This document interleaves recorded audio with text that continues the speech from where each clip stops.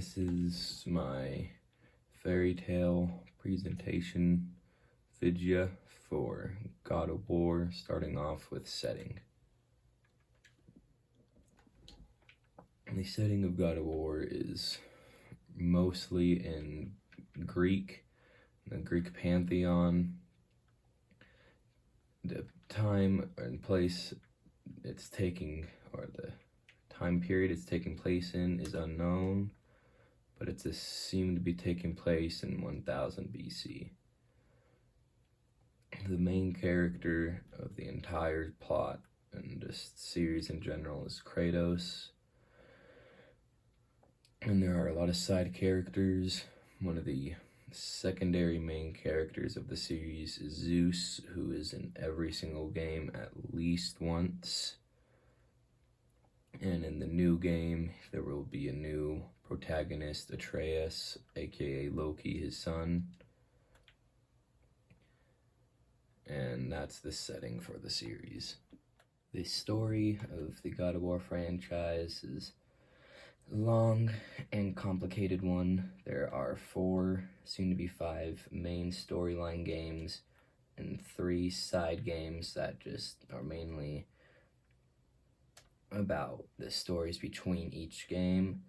But the story with the first and original God of War game is that Kratos was the youngest Spartan leader in history, and he was losing a battle to the barbarian king, and to make sure that he would win every war, he sold his soul to Ares, the real god of war in the Greek mythology. Because of this, he got the chains that are so known for with him, but it caused him to accidentally kill his family in a blind killing spree while raiding another village that Ares put his family in, and that's what caused him to get the scars, or not the scars, the pale skin, because the ashes of his family were all tied, or were tattooed pretty much onto him, making it impossible for him to get rid of. And so the entire story of the first God of War game is him attempting to get revenge on Ares with the help of the other Greek gods. In the second God of War game, he gets too greedy with the power, because in the previous game he kills Ares and then gets the powers of Ares, the God of War. And he gets too greedy and he goes around killing and just destroying everything. And so the gods have no choice other than to take his powers away and attempt to kill him. Because of this, he feels like he's been backstabbed and betrayed by the gods, and so all he tries to do is just go after mainly Zeus, as he's the one that got his powers taken away. He spends the storyline hunting after him, trying to get back from the dead, and then in the end he ends up accidentally killing Athena, the goddess of war in the Greek pantheon.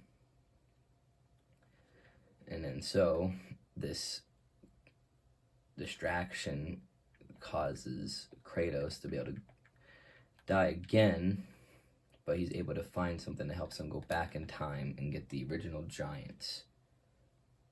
And this goes straight into God of War 3, where you start off on one of the giants' backs named Gaia. You kill Poseidon within the first few within the first few minutes of the game. And then the entire game you are killing all the Greek gods, Hades, Poseidon, Zeus, etc. At the end, you are hunting down Pandora's box just to find out that you never lost the powers of Pandora's box. So you go after Zeus, and then the final battle starts. Because you killed all the other Greek gods, well, Kratos did, all of Greece was falling apart and pretty much just done. After he kills Zeus, the entire Greek pantheon is just destroyed, and it's just, he has to move away. This goes into God of War 4, where he is just an old man trying to live life and avoid any type of conflict or fight.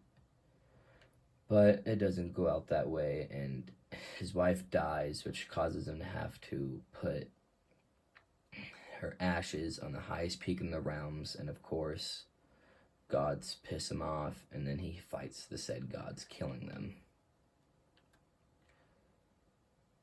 That is so far all we know. The next game, the storyline is hinted at, but we do not fully know the story yet.